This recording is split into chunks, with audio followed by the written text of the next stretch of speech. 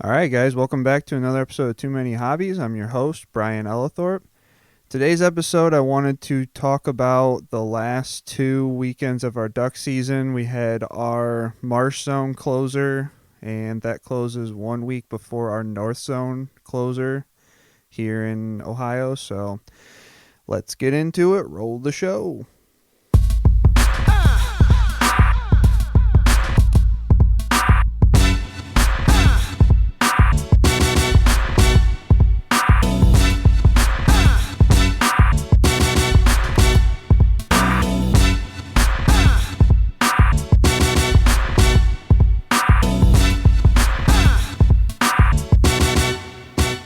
All right, guys. Well, thank you for tuning in to another episode. I hope you guys are enjoying all the content that I'm putting out. I'm going to plug Instagram and Facebook and YouTube everything right now instead of at the end of the episode.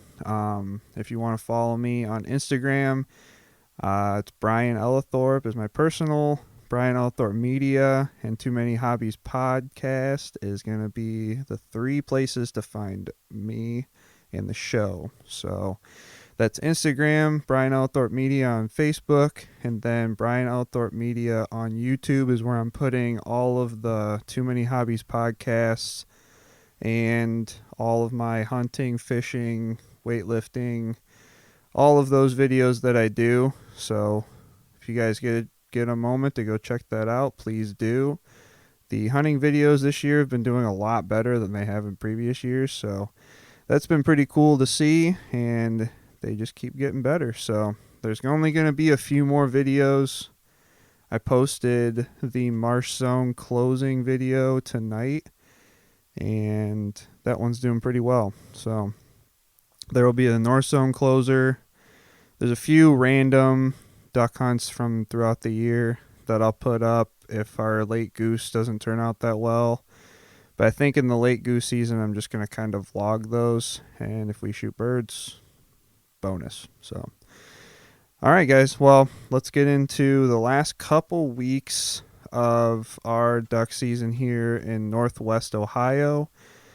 It turned out to be mostly diver shoots that we were doing that were doing well. And we had a bunch of birds that pushed down. We did have some mallards push in, but mallards and black ducks seem to come like right at the beginning of December in our area at least, and they just kind of hung out in the refuge. Nothing was really frozen over.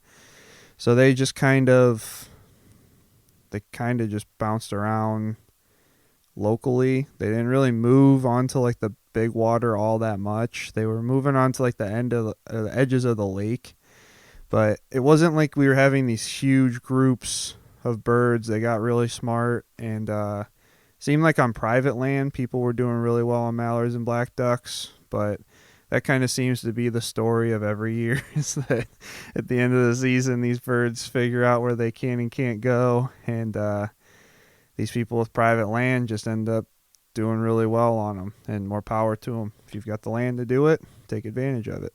Can't get mad about it. So seemed like, at least for me, I had a pretty good end of our season.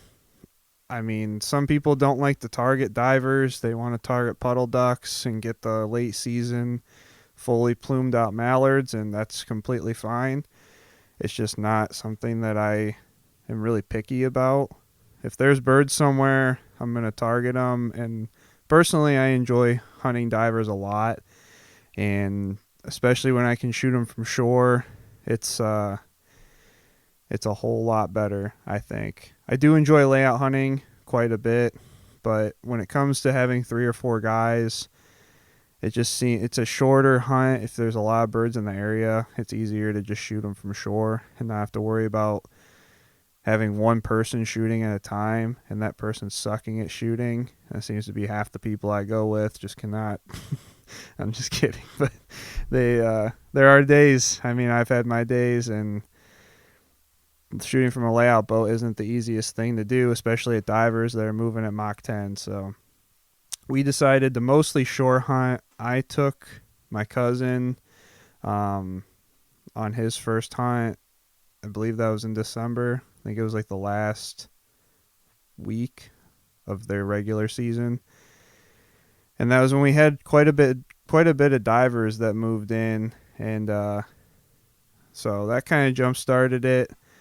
But we decided to also hunt the last week from shore. There's a bunch of divers in the bay, and I think the week before that it had froze up a little bit and kind of made it a little difficult to try and find birds. But we did have like a little lull period there where I tried to go on the river and shoot some birds, and we had one really good day on the river shooting mallards, and I think we shot 8 or 9 mallards that day, maybe more, I can't remember. And that was mostly, I mean, that was just a really secured area. I mean, it was just a secret little spot that I have on the river, and it worked out nicely for that day. And then after that, they didn't come back in. They kind of figured that one out. So after that, I just started going at divers. And so for the last weekend of our marsh zone season, that Thursday, I took off Thursday through Sunday. So that Thursday, I hunted upland and took Boomer and worked on some stuff with him. Then Friday, we decided to take my big bow out on the lake, and it was supposed to be like I don't know, 8 mile an hour southwest wind, which for the lake is basically flat calm. And what we didn't realize until we got out there was that it was like 15 to 20 mile an hour out of the west, which was blowing directly into a spot that we were hunting. And we were kind of hoping for the southwest wind, which eventually it turned. But we ran into some boat issues, and that pretty much started the whole weekend off as just a chaotic season closer. But what happened was, the way that my shifter cables work on my boat, and I'm sure on most other people's boats it's the same thing, but my cables have an anchor point so that the cable can slide through the casing. And what happened was it got so cold, and I think that morning it was like 28 degrees or something like that. And what happened was that the bracket that was it's just a clip that holds in the anchor, it cracked. And then when I went to shift, it locked up. And I mean, at 4:30 in the morning, I'm not thinking about it. And I thought that it just had kind of readjusted itself and got kind of like lodged in there, which it did. But then by me forcing it, I snapped the bracket, and I didn't realize it. I just thought that it came loose.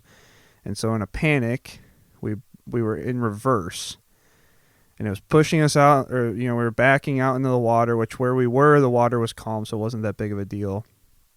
But we had 3 people and 2 dogs with 6 dozen decoys, blind bags, guns, all that stuff. And so I jump in the back, take the cowling off, and then I had to like manually force it in to drive. I knew if we got out there that we were going to shoot birds, so I just needed to get out there. And I was like, well, as long as we get out there, I can start it and drive the way that my boat's set up. I can start it and drive, and then we'll still make it back fine. And so I was running out and drive. I was doing like 30 mile an hour or whatever. And we started to get close. I slowed down, and then I was like just coming to almost idle, and I hit a sandbar. That stopped the whole boat, and I don't know how it happened, but somehow it shifted my boat back into reverse. So I figured, we're close enough that I'll just run it in reverse up to shore, and then I'll just like push it into neutral when we get up there, and I'll mess with it, whatever. And I still had my cowling off, which was my mistake, but I also needed it to be off because I needed to be able to shift it, which I didn't do in this instance because I definitely gauged wrong how far we were from shore. So I'm backing up in the shore, and the water's splashing off my boat. Has almost like an offshore transom. It's a full transom, and then it drops down to like a, I don't even know what to call it. It's a second transom, I guess. And it was splashing off of the full transom, and it splashed into my intake. So then it waterlocked the motor, and by that point we're already on shore. So I said, screw it. I'm just going to leave it. We're going to hunt. And I had a buddy that had told me he was going to be hunting out there, and I knew who he was hunting with had a decent sized boat. So I figured, well, I'll just let them pull me in when it comes time if I can't get my boat to start back up. Thought I'd let it dry out a little bit, see what happened. And I didn't have high hopes. I just want to put that out there. I did not have high hopes for this. I just figured if it starts, great. If not, I'll find a way back in. I have Towboat US. The Towboat US that was near us, I knew their boats were out of the water, but I didn't know if they put them in for an emergency or whatever. I haven't had to use it before. I've had it for 4 years, never used it. And yeah, so I guess after that, we get everything set up. We have the dogs. We're hunting from shore. We set out a nice spread, and we just have birds dumping in. I mean, we have buffies, bluebills, golden eyes. It was just, we had mergs. I mean, it was a fantastic hunt. We ended up shooting a 3-man limit with a bonus merg. We got the dogs to run. I think Boomer got 5 retrieves. Lucy got 9 or something like that. And then we had to grab a couple others. And I mean, like, it was just such an incredible hunt. Aside from the fact that the boat was like, I mean, like when you own a boat and it's having issues and you're out in the water, especially on Lake Erie, it's just like, it's just in the back of your mind the whole hunt. Like, I just really want to make it back in, and that doesn't always go as planned. And it didn't. We shot our 19 birds. We're sitting there, and I had texted my buddy, and the boat that he came out on, they went the opposite way that I thought that they were going to go, and they ran out of oil on the way out.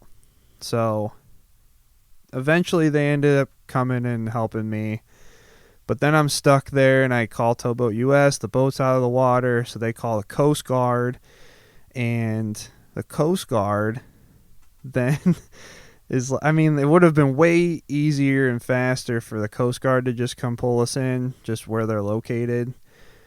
But I don't know, then you kind of feel like you're causing a scene with this huge Coast Guard boat coming out to help you. And I know that's what they're there for, they're to help, but I don't know. I just didn't. My buddies ended up coming, pulling us out. And Adam, Nick, thank you if you listen to this. And it was slow. I mean, like, we had to idle on the way in, and I think we were done shooting birds at like 10:15, and I think I finally got home at like 3:15. So it was a pretty long ordeal, and I mean, it was worth it. Obviously, it was a great hunt. The dogs worked well, and it's hard to complain about that. The only thing I regret is I was so caught up with the boat and thinking that, oh, this is just going to be I didn't think it was going to be shit, but I didn't think it was going to be great. And I didn't film it. I didn't do nothing. It would have been a great hunt to film, and I just didn't do it. But, you know, film them all, and I feel like half the time when I film it turns out to be a terrible hunt, and then the days that I decide I'm not going to film, I wish I would have filmed it. So luckily we ended up, you know, we all got back safe and everything, so that was fine. And then we decided we hunted the same place again for the last day of the marsh zone, which is the video that I uploaded on YouTube. And I'm glad I filmed that one. It was just myself and Jeff, and we took my 14-foot boat out with the 20 horse on it. It's a deep V. It works really well on the lake. And same thing, we had a southwest wind. I think that day it was at like 10 miles an hour, which for some reason the spot that I hunt on a southwest wind has just been unbelievable this year. I've hunted it like 7 times, and each time we've shot, if we haven't shot a lot of birds, we've at least limited out on bluebills, which is perfectly fine. Down with shooting the limit of bluebills. Love shooting bluebills, especially from shore. And it was just it was a sweet hunt. For our last hunt of our marsh zone season, it was just, we've been trying to target these Drake goldeneyes all of December. Since we started seeing them in November, I've been wanting to shoot Drake goldeneyes. See them flying. They don't die. I just have a vendetta against these things. And finally, we got like 3 or 4 groups of all Drakes to work in. I think we shot 7. We lost 1. And we didn't shoot any hen goldeneyes. The first bird that we shot, we thought was a bluebill that came in 2 or 3 minutes after shooting time. Turns out to be a stud ringneck, which that was a cool bird. And then I think we shot 2 more bluebills or 3 bluebills and a buffy, which you always got to shoot a buffy, especially where we were. There's just been buffies there all year. So that was, I mean, that hunt made it worth going back out to that spot. Unfortunately, it got really windy, and I got kind of nervous with a 14-foot boat. So we ended up shooting 10 birds. We lost 2, which would have been our 12. And we were trying to stick around to shoot some mergs because they were flying around. That ended up, I'm not going to sit there and risk something happening to us making it back in again for the second hunt in a row. And just to shoot mergs, because why?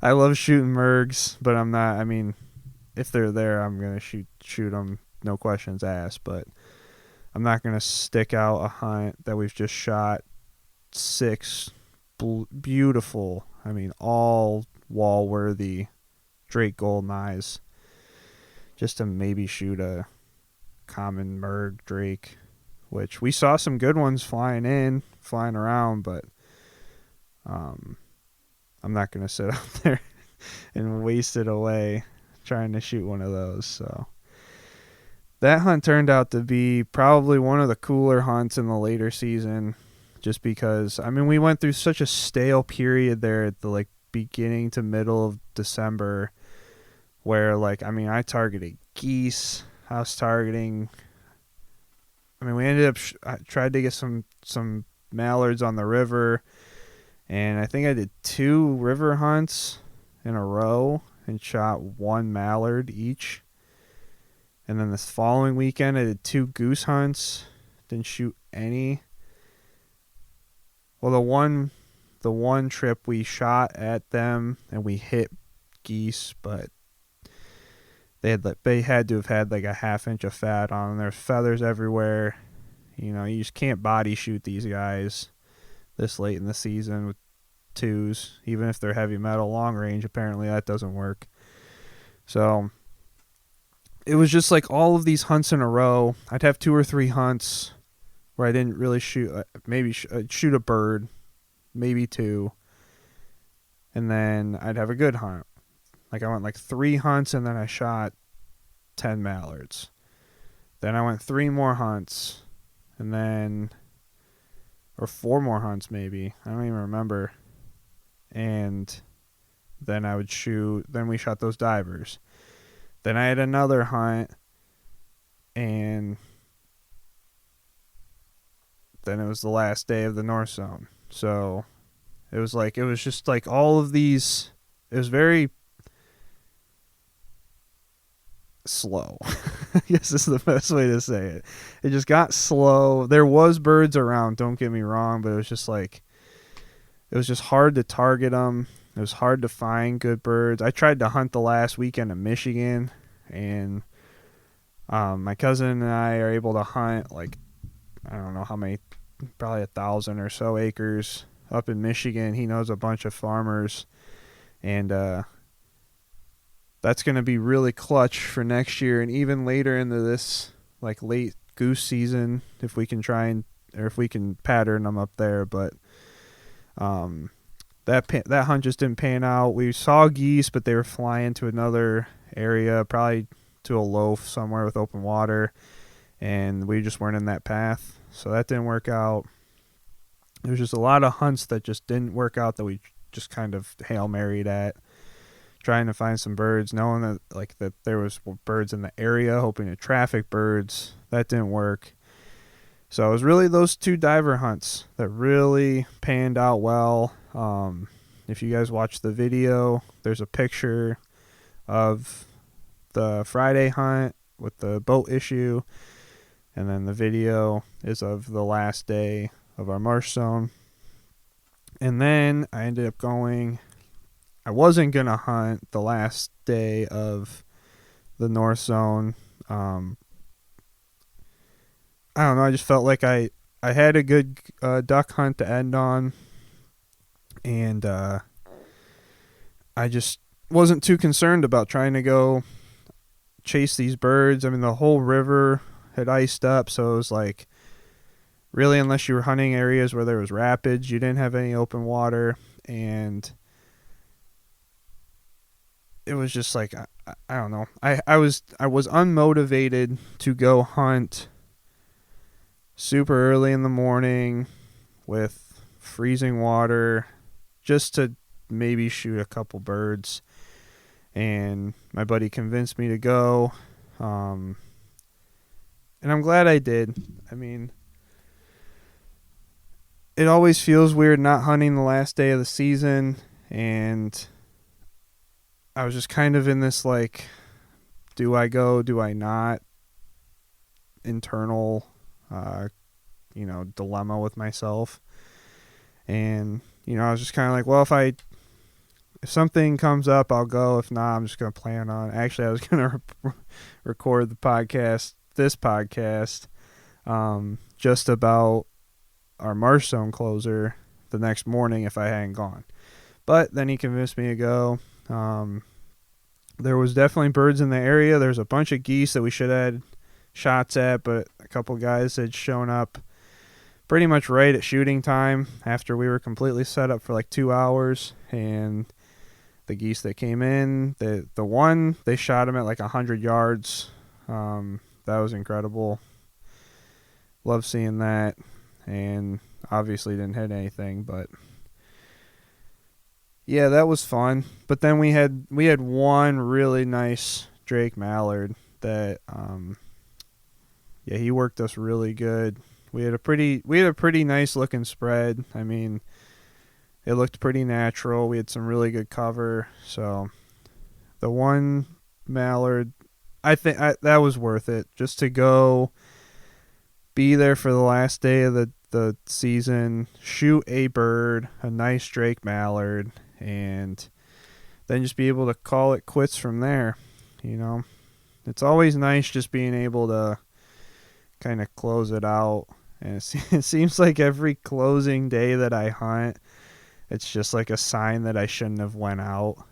The marsh zone closer was really like the first year that I've gone on the end of the year or the end of the season and actually like done really well. There's days that I've had closers that I've gone and like done pretty well, shot 5 or 6 birds, but like to go out with 2 people, shoot 12 birds, even though we lost the 2. I don't know, I had a really weird feeling that day that somebody was watching us. And like, some people would say, we lost the 2, so they don't really count. I don't know, however that works in each state. I always feel weird about that. I try to follow the rules as best that I can, and I just had this really weird feeling somebody was watching us. So when we shot the 12, I just kind of made the decision to just leave. Like, I don't know, we had picked up our last bird that we found, and I was just like, you know what, wind's starting to pick up, let's just get a picture with these birds. We had decoys that were floating away with the current and stuff, so it was just like, kind of turned chaotic. But then on our way back in, we saw somebody in the federal land driving around. So I have no idea if they were like actually watching us or not, but it was just like this weird, eerie feeling like somebody was watching us. And I know there was a group right next to us. In the video, you can hear him shoot at a goldeneye that passes through our decoys, but and then there's another guy that was a little further down. I don't know how he would have even made it back in. I'm pretty sure he had a smaller boat than we did, and that was interesting. But yeah, it was just weird. And then the guy that was hunting to our right, after we shot our last bird and we're like starting to pick up, walks down. I mean, it wasn't a short walk. It was probably 350, 400 yards.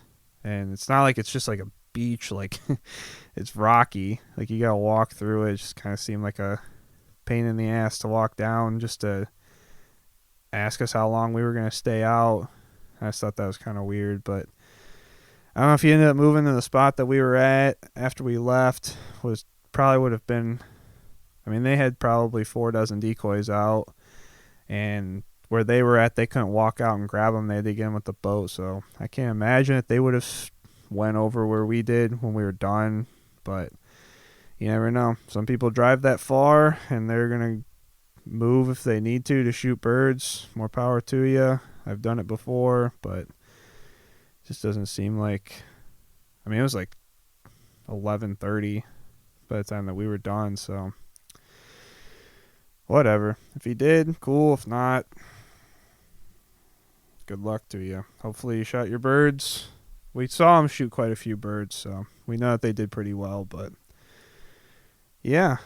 So I guess that's the recap of the closing weekends here in Ohio. I'm kind of in a unique place where I don't have to drive very far to hit both zones. So there's really only during the season, there's only 5 days during the week that I can't hunt, which is fine. So I'm working anyway. So not that big of a deal. But at the end of the season there, I had like, I want to say I had 6 or 7 vacation days, and I was only working 3 days a week, sometimes 2 days a week. And then I was hunting the rest of them, whether it was upland or waterfowl, and had quite the end of the season there where I'd hunted way more than I was working, which is a pretty good ratio for anybody that's into hunting. You really don't want to be working when you can hunt. So that was nice. It was cool to kind of end the season with a bang, literally and figuratively. And yeah, hopefully you guys enjoyed the recap. Check out the video that I just posted, and actually the North Zone closer, there will be a video of that. I kind of vlogged it as opposed to making it like a hunting video. Basically, like, I mean, just to put another video out, but also just to show like it's just not every day that you hunt a banger. And I put up plenty of videos where we've just shot a few birds, and as long as I have good footage, I don't mind making the video. But really anything under like a 5-minute video, it's not terribly worth my time to make it. Plus I don't do a lot of vlogging, and maybe I'll start doing that in the goose season just to see how that works, how everybody reacts to those videos. But yeah, I'm gonna wrap this up. I appreciate everybody listening. Check out the YouTube videos. Make sure you guys leave a review on Apple Podcasts or wherever you get your podcasts. It'll help out the show. Hopefully I can reach some more people, putting out more podcast. And appreciate you guys tuning in. We'll catch you on the next episode.